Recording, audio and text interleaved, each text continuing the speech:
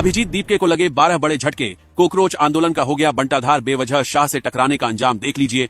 दोस्तों, देश को सुलगाने की साजिश रचने वाले अभिजीत दीपके और उनके तथाकथित कॉकरोच आंदोलन का दिल्ली में पूरी तरह से बंटाधार हो गया है और बेवजह मोदी की सत्ता से टकराने का भयंकर अंजाम अब सबके सामने आ चुका है। यह कोई छात्रों का प्रदर्शन नहीं, एक सोची समझी राजनीतिक साजिश है जिसका पर्दाफाश हो चुका है।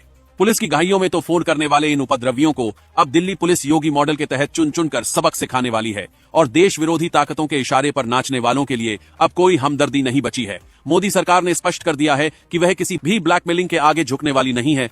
जंतर मंत्र पर अब जो कुछ भी नौटंकी चल रही है उसका शिक्षा या छात्रों के हित से कोई लेना देना नहीं है। इनका असली मकसद पहले दिन से ही बहुत साफ था। शुरुआत में ये लोग शिक्षा मंत्री धर्मेंद्र प्रधान का इस्तीफा मांग रहे थे, लेकिन अब इनकी असलियत जुबान पर आ गई है और ये सीधे प्रधानमंत्री मोदी का इस्तीफा मांगने लगे हैं। इन लोगों को देश के लोकतांत्रिक ढांचे पर कोई भरोसा नहीं है और ये सिर्फ एक निर्वाचित सरकार को गिराने का झूठा सपना देख रहे हैं। राहुल गांधी और अरविंद केजरीवाल जैसे नेता भी अब इस आग में अपनी राजनीतिक रोटियां सेंकने आ गए हैं और बेशर्मी से पत्थरबाजों का समर्थन करते हुए प्रधानमंत्री के खिलाफ अपमानजनक भाषा का इस्तेमाल कर रहे हैं। कल जब इन उपद्रवियों ने पुलिस पर पत्थर बरसाए और हिंसा की तो दिल्ली पुलिस ने भी इन्हें इनकी सही औकात दिखा दी।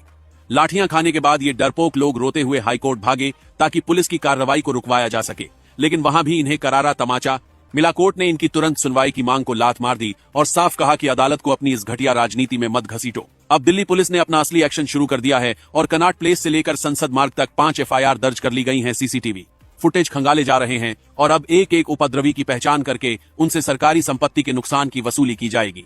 पुलिस कर्मियों पर जानलेवा हमले करने वाले 70 से ज्यादा लोगों को हिरासत में लिया जा चुका है। इन्होंने 100 से ज्यादा पुलिस अधिकारियों और महिला कर्मियों को घायल किया है और 15 सरकारी गाड़ियों को तोड़ डाला है। दोस्तों, सबसे ज्यादा चौंकाने वाली और गंभीर बात यह है कि इस गैंग ने संसद और राष्ट्रपति भवन जैसे अति संवेदनशील रेड जोन में बिना किसी खौफ के ड्रोन उड़ा दिया। पुलिस और खुफिया एजेंसियां अब इस बात की गहन जांच कर रही हैं कि आखिर यह फुटेज किसने बनाई। प्रधानमंत्री की सुरक्षा से खिलवाड़ किसी भी कीमत पर बर्दाश्त नहीं किया जा सकता है। इस पूरे बवाल में अब एक बहुत बड़ा विदेशी और पाकिस्तानी लिंक भी सामने आ गया है, जिससे साफ हो जाता है कि यह कोई आम आंदोलन नहीं है। सोशल मीडिया पर अचानक से संदिग्ध हैंडल्स और विदेशी बोर्ड्स के जरिए इस मुद्दे को हवा दी गई। रऊफ क्लासरा और महविश एजाज जैसे नामी पाकिस्तानी पत्रकार और वहां का मुख्यधारा का मीडिया भारत के खिलाफ जहर उगलने में लगा हुआ है। सारे विदेशी आकाओं से बात करने नहीं जाएंगे, बल्कि सरकार खुद चलकर जंतर मंतर आए। दोस्तों, यह कोई मनमोहन सिंह की लाचार सरकार नहीं है जो इन फसादियों के आगे घुटने टेक देगी। 140 करोड़ देशवासियों के प्रचंड बहुमत से चुनी गई यह मजबूत सरकार इनकी गीदड़ भभकियों से डरने वाली नहीं है। उल्टा जो इन्होंने किया है उससे आम जनता में इनके खिलाफ भारी गुस्सा भड़क उठा है। अंत में जब देखा कि आंदोलन की हवा निकल गई है और इन्हें कोई फुटेज नहीं मिल रही है तो राहुल गांधी और प्रियंका वाड्रा जैसे नेता इस राजनीति की फसल काटने पहुंच गए हैं। जय हिंद।